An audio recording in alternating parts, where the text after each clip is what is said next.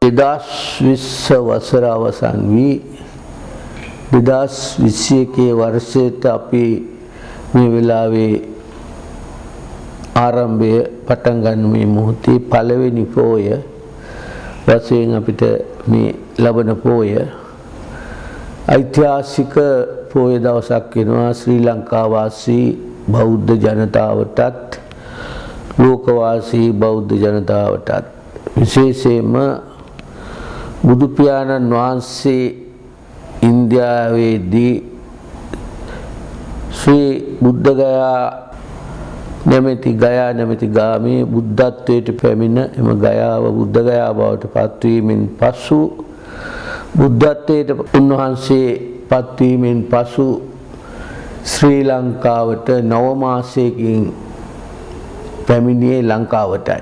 ලෝක සිටියේ කිසිම රටක බුදු පියාණන් වහන්සේ එම කාලය තුල ගොස් නැහැ. තමන්ගේ ගමටවත් නොගිහින් ශ්‍රී ලංකා වාසී ජනතාවගේ බලණ්ඩයි බුදු පියාණන් වහන්සේ.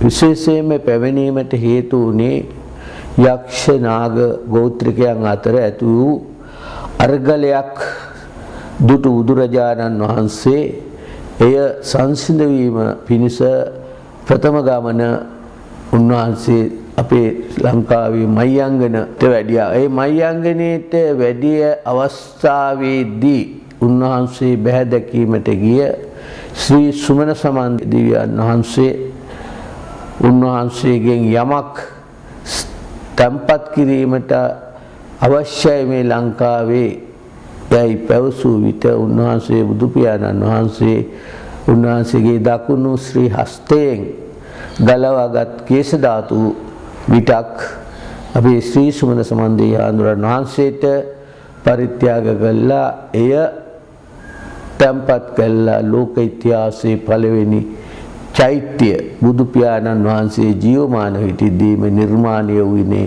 මේ පින්වත් පුණ්‍ය භූමිය වන මේ ලංකාවේ.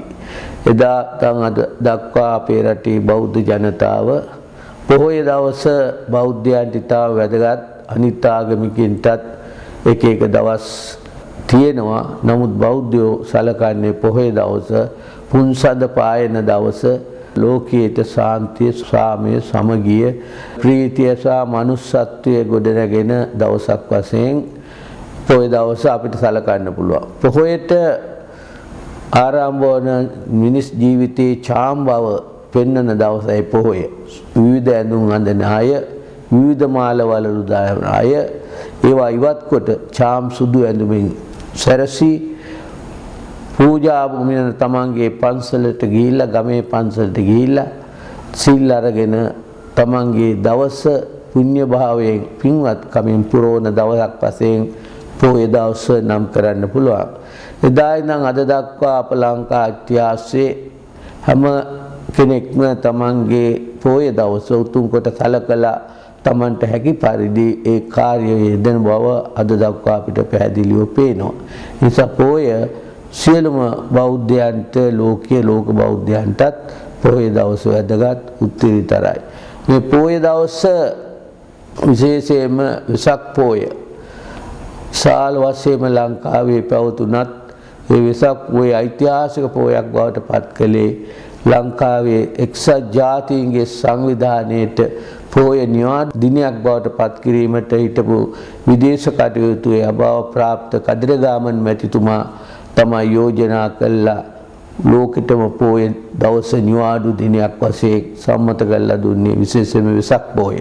ඒ නිසා වෙසක් පොහොය මෙන්ම අනිත් පොහොයත් හැම බෞද්ධයෙකුටම විවිධ හේතුන් මත, විවිධ සිද්ධීන් මත බුදු පියාණන් වහන්සේගේ සිදුවීම් මුල් කරගෙනම අපි එය සමරනවා. ඒ නිසා අද ලංකා වාසී ජනතාව එදා ඉඳන් අද දක්වා මේ ඓතිහාසික පොහොය ඉතාමත් උතුම් කොට සැලකනවා. මොකද බුදු පියාණන් වහන්සේ ලංකාවට වැඩිය දිනය නිසා, උන්වහන්සේ ලංකාවේ පාතබපු දිනය නිසා බුදු පියාණන් වහන්සේගේ වැඩිය දිනය උන්වහන්සේගේ ප්‍රථම ගමන සිදු වුණේ මේ පොහොය දවසේ. ඒ නිසා මේ පොහොය විශේෂයෙන්ම ශ්‍රී ලංකා වාසී ජනතාවට අතිශයින්ම පුණ්‍යවන්ත දිනයක්. ඒ නිසා පොහොය දවසේ අපි මේ පොහොයට අනුව හැසිරීම පොයට අනුව ජීවිතය සකස් කර ගැනීම මං හිතන්නේ බුදු පියාණන් වහන්සේට කරන ඉතාම පූජනීය ගෞරවයක්.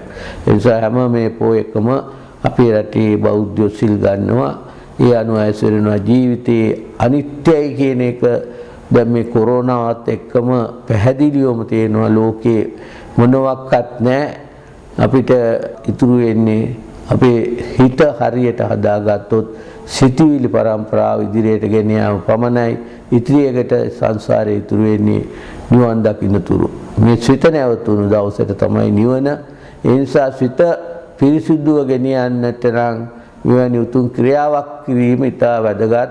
ඒ නිසා මේ පොය 15ක හැම කෙනෙක්ගේ පුංචි දරුවාගේ ඉඳන් වැඩිහිටිය දක්වාම ශීල ව්‍යාපාරයේ යෙදিলা තමන්ගේ ආධ්‍යාත්මික ගුණ වගාවන් මිනිස්කම කරුණාව දයාව හදවත් තුළට තැන්පත් කරගන්න දවසක් වශයෙන් උත් සඳහන් කරන්න පුළුවන්. ඒ නිසා අපි ශ්‍රී ලාංකිකයෝ වශයෙන් කල්පනා කරන්න ඕන අපේ තියෙන උතුම්ම දවස පොහොය දවසයි.